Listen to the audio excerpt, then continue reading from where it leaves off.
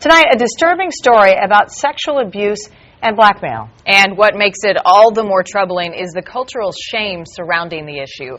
Here's Tom Lydon with the exclusive story of one woman who is breaking the silence. Tom?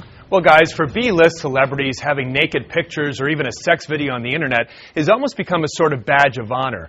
Not so in the Somali community and many others, where such women are labeled prostitutes or worse. In fact, community leaders say what happened to the woman you're about to meet may be happening to hundreds of others, blackmailed with pictures of their own bodies. My culture and my country is very a shameful thing. She's a woman of enormous courage, concealing her identity but sharing her story about the man she met and fell in love with 3 months ago. A relationship she says ended when he drugged and raped her. He raped me. And then when I called him and asked him why you did that, he told me, if you talk or try to call the police, I will gonna show everybody to your videotape. He also took pictures of her naked. She soon discovered he was married with 3 children. And when she refused to continue the relationship, he began circulating those pictures at a local Somali mall where she works.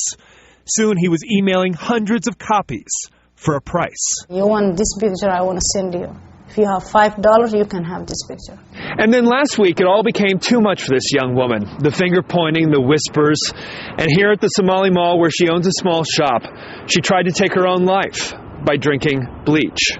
Even when you are married, you're not even supposed to see the body naked of your wife. Community activist Abdi Bihi says it's the same strategy used by human traffickers, blackmailing young women with naked pictures to keep them in a life of prostitution. This is worst shaming method of itself, a very modern way to keep a woman bondage. One night he bring his friend at my home and he told me, if you don't have sex with him, I will gonna send your pictures. This 25-year-old woman has now become a prisoner in her own home, afraid to go back to work, an outcast in her own community.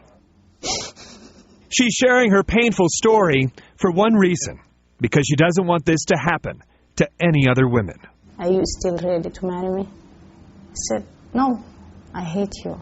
You kill me. She tells me the man who did this had pictures of dozens of other naked women on his phone, and her photos have now reached Somali communities all over the U.S., Europe, and Africa. Tomorrow she's meeting with members of civil society, a group combating human trafficking.